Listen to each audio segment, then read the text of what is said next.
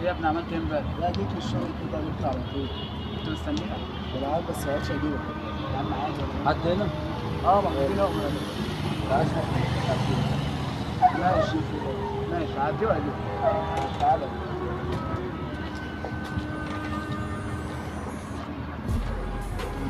عارف يا ابراهيم الراجل ده؟ عارف ده لو بيشوف كان يبقى احسن بكتير، بس ما تعلمش ربنا خلاه كده ليه. يمكن لو كان بيشوف كان ممكن يعمل حاجات كتير انت ما كنتش تتخيلها اصلا. لو كان بيشوف ممكن يعمل ايه؟ الو. ايه يا بنت؟ السلام عليكم. يا بكره السمك كام دلوقتي؟ كان ممكن يسرق.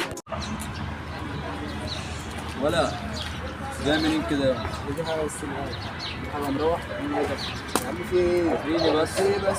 اقف يا اقف كده استنى بس الساعة دي كده. ايوه يلا افتحوا لي يا. او كان يثبت الناس في الشارع. ده لو كان بيشوف كان ممكن يعمل حاجات كتير، كان ممكن يسرق، يقتل، ينصب، ينهب، يعمل كل حاجه انت ممكن تتخيلها. فاللي هو موجود فيه دوت ربنا هو اللي اختاره.